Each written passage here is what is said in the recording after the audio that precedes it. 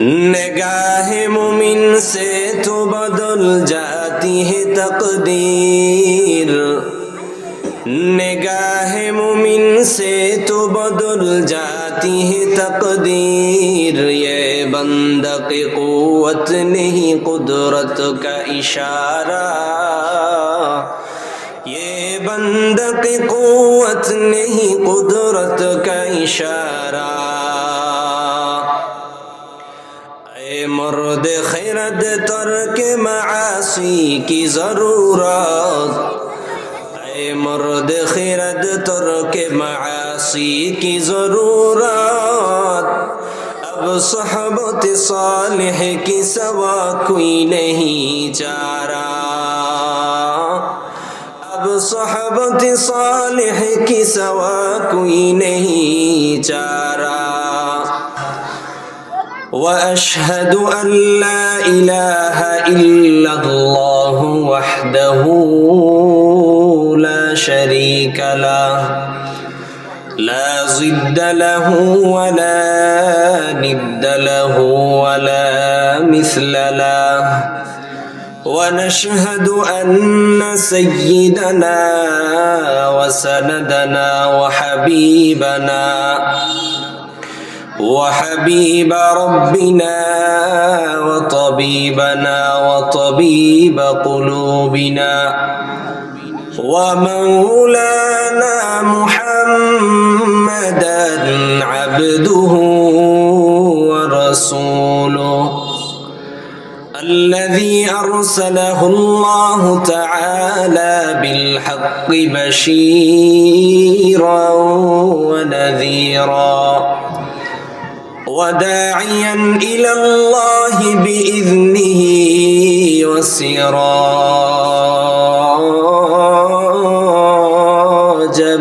منيرا. أما بعد فأعوذ بالله من الشيطان الرجيم.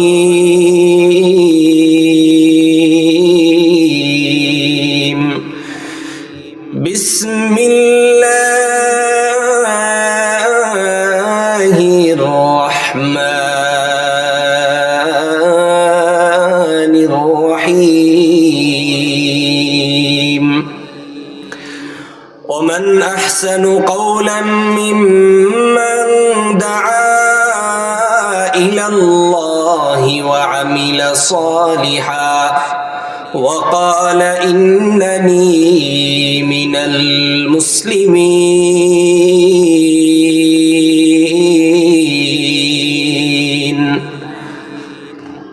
صدق الله مولانا العظيم وصدق رسوله النبي الأمي الكريم.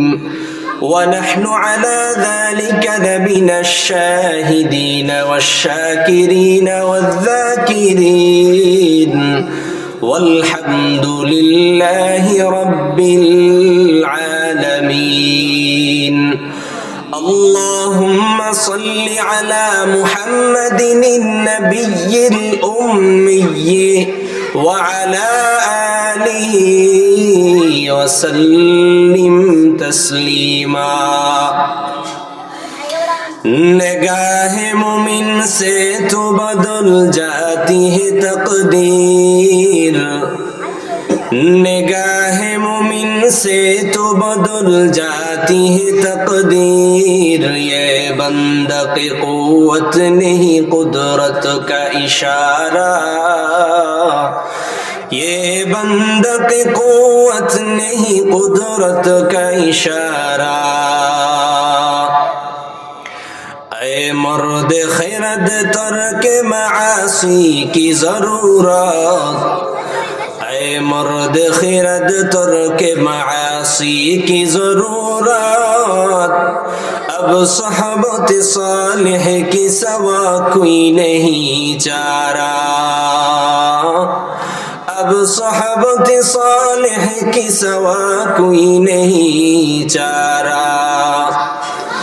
مردود ہے پیچھے ہمیں خبر نہیں لیکن मरदूद है पीछे हमें खबर नहीं, लेकिन एक वक्त में हालाक जो अमाल है सारा, एक वक्त में हालाक जो अमाल है सारा। ला इलाहा इल्लल्लाह, ला इलाहा इल्लल्लाह, ला इलाहा इल्लल्लाह, ला इलाहा इल्लल्लाह, ला इलाहा इल्लल्लाह, ला इलाहा इल्लल्लाह। अल्लाह अल्लाह क्या मुबारक नाम है, अल्लाह अल्लाह आशिकों का काम है। इलाही अब्दुकल आसी अताका मुक़िर्रम बिज़्ज़ुनूबि वक़द दआका। ला इलाहा इल्लल्लाह, ला इलाहा इल्लल्लाह, ला इलाहा इल्लल्लाह मुहम्मदुर রাসূলুল্লাহ সাল্লাল্লাহু আলাইহি ওয়াসাল্লাম। ঐতিহ্যবাহী আদিয়াবাদ মধ্যপাড়া ইদুমুল্লাহ বাড়ি জামে মসজিদ ও সকল প্রবাসী যুব সমাজের উদ্যোগে আয়োজিত 14তম বার্ষিকী ওয়াজ ও দোয়ার মাহফিল আজ 27শে ডিসেম্বর রোজ শনিবার। মহতী এই মাহফিলের সম্মানিত সভাপতি, প্রধান অতিথি, বিশেষ অতিথি বৃন্দ, মুআজ্জাজ ও মুকাররম জাতির মাথার মুকুট ওয়ারাসাতুল আম্বিয়া হযরত উলামায়ে কেরাম এবং এলাকার বিভিন্ন প্রান্ত থেকে আগত আল্লাহ পাকের আশিকিন, জাকিরিন, মুহিব্বিন, মুরব্বিয়ানে আযম